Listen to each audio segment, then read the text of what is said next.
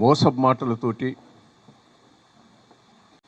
గుళ్ళల్లో ప్రమాణం చేసి ఎక్కడికి పోయి ఏ టెంపుల్ పోయే ప్రమాణాలు చేసి నువ్వు అధికారంకి వచ్చావు. అధికారం రాకముందు నువ్వేం మాట్లాడావు, అధికారం వచ్చిన తర్వాత నువ్వేం మాట్లాడావు ఒక్కసారి రివ్యూ చేసుకోమని నేను రిక్వెస్ట్ చేస్తున్నా.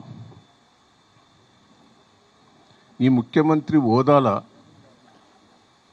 ఎవరైనా ఇట్లా మాట్లాడతారా? ఒక చిల్లరగా ఒక అబద్ధాల కోరు ఒక చీటర్ మాట్లాడినట్టు నువ్వు ఉన్నావు. నువ్వు అసలు వాస్తవంగా నువ్వు చీటర్వే. కానీ ఆ మాటలు ఇంకా ముఖ్యమంత్రి స్థాయిలో కూడా మాట్లాడటం అది పద్ధతి కాదు. మీరు తెలంగాణ ద్రోహి. నువ్వు తెలంగాణ గురించి మాట్లాడుతున్నవే.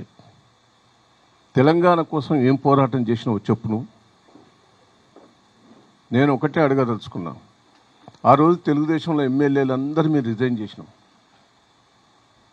నువ్వు రిజైన్ చేయకుండా పోయింది నువ్వు ఒక్కనివే. మరి యాక్సెప్ట్ చేయలేదు స్పీకర్. అప్పుడు పోయి స్పీకర్ గారి దగ్గర ధర్నా కూడా చేసినావు. కానీ ఆ రోజు తప్పించుకొని తెలంగాణ కోసం తప్పించుకొని పోయింది నువ్వు కాదా? తెలంగాణ కోసం నువ్వు ఏమైనా పోరాటం చేసినవా? మేము తెలుగుదేశం నుండి పోరాటం చేసినాం, చంద్రబాబు మీద పోరాటం చేసినాం.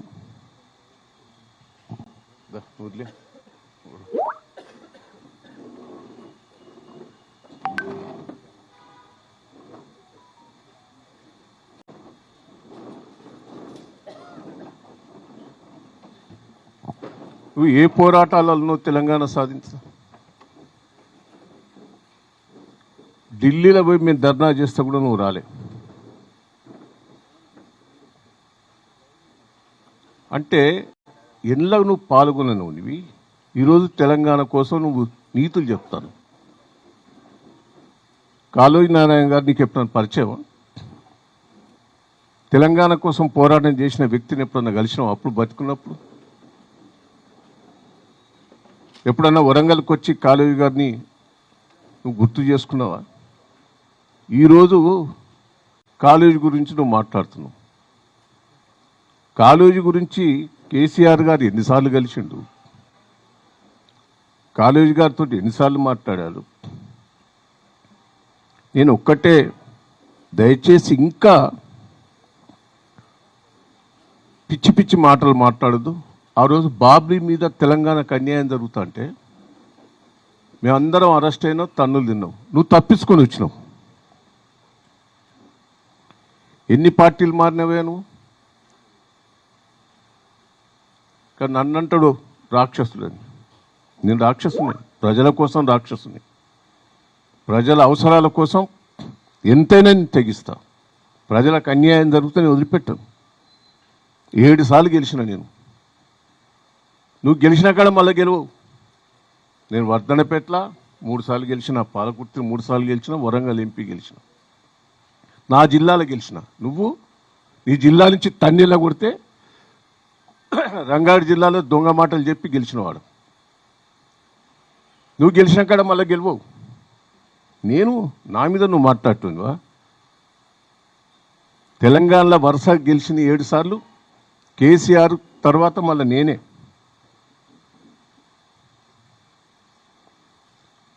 ఒక్కటే, ఇలా హరీష్ రావు గారిని, కేటీఆర్ గారిని, కేసీఆర్ గారు అనే హక్కు నీకు ఇక్కడదా? వాళ్ళు ఎప్పుడైనా ఓడిపోయినరా? ప్రజలు ఎప్పుడైనా తిరస్కరించిండ్రా ఆయన? వాళ్ళతో పిచ్చి పిచ్చిగా మాట్లాడుతూ నేను ఒక్కటే నిన్ను అడగదలుచుకున్నా. ఏం చేసినావనే 1 ఇయర్ లోపట? నువ్వు మహిళల మీటింగ్ పెట్టావు. మహిళలకు ఏం చేస్తానో ఒకటి చెప్పు. నువ్వు ఏం చేసినావో చెప్పు. అవన్నీ కేసీఆర్ గారు చేసినాయి. ఆ చీరల కంపెనీ వాళ్ళ దగ్గర పోయి చీర బాగున్నది, బాగా తయారు చేసినావని పొంగిలిటో చీర కొనిచ్చావు ఊరికి. ఆ చీరలు ఓల కంపెనీ ఎవరు పెట్టారు? అది కేసీఆర్ నాయకత్వంలో చీరలు తయారు చేసేది, మహిళలను ప్రోత్సహించింది కేసీఆర్ గారు. ఒక్కటే కాదు, పండ్ల రసాల కంపెనీ, ఎన్నో కంపెనీలు పెట్టించినాం మేము అప్పుడు. నువ్వు ఒక్కటనే పెట్టావు ఆ సంవత్సరం లోపల మహిళల ద్వారా? కోటీశ్వర్లు చెప్తావు. కోటీశ్వర్ అయ్యేది నీ బంధువులే, మీ తమ్ముడు, మీ అన్నలు, మీ అల్లుళ్ళు, మీ ఎంపుల కోసమే నువ్వు ఇప్పుడు కృషి చేస్తాను. మహిళల కోసం ఒక్కటైనా అనౌన్స్ చేసినావు? నువ్వు చేసింది ఏదన్నా చెప్పుకున్నావా? నువ్వు మహిళలు చేసింది ఏమైనా ఉన్నదా? మహిళలను ఆగమాగం చేస్తాను.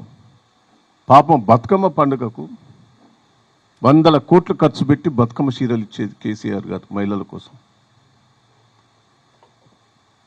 నువ్వు ఆఖరికి బతుకమ్మ చీరలు కూడా 400, 200 ఇచ్చిన నేను 1000 రూపాయలు ఇస్తాను మాట్లాడినావు. నీ బోకస్ మాటలు కావా? 2500 ఇస్తా అన్నావు, మోసం చేయలేదా? తులం బంగారం అంటే ఆశపడ్డరు, మోసం చేయలేదా? ఏం చేసినావనే నువ్వు? ప్రభుత్వ ఖర్చు కూడా కాదు ఇది, మహిళలు తయారు చేసి మహిళలు ఆ గ్రూపులలో వచ్చే ఆదాయంతో ఈరోజు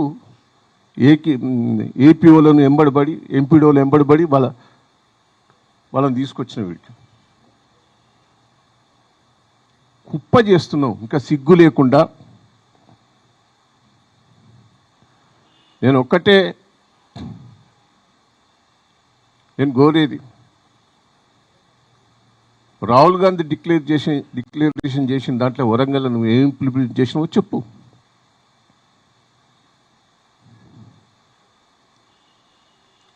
కాళోజీ నారాయణ బిల్డింగ్ ఎవరు కట్టించారా? ఇక్కడ ప్రెస్ మీడియా వాళ్ళకి తెలియదా? అది కాంట్రాక్టర్ డిలే చేశాడు, ఆయన క్యాన్సిల్ చేసి కొత్త కాంట్రాక్టర్కి ఇచ్చారు మేము. ఇలా కాళోజీ నారాయణ బిల్డింగ్ తయారైన దాన్ని నువ్వు ఓపెన్ చేసినావు. పెండింగ్ కొంత బిల్లు ఉంటే ఇచ్చి మొత్తం నేనే చేసిన అని చెప్తాను. నేను మంజూరు చేసినావా?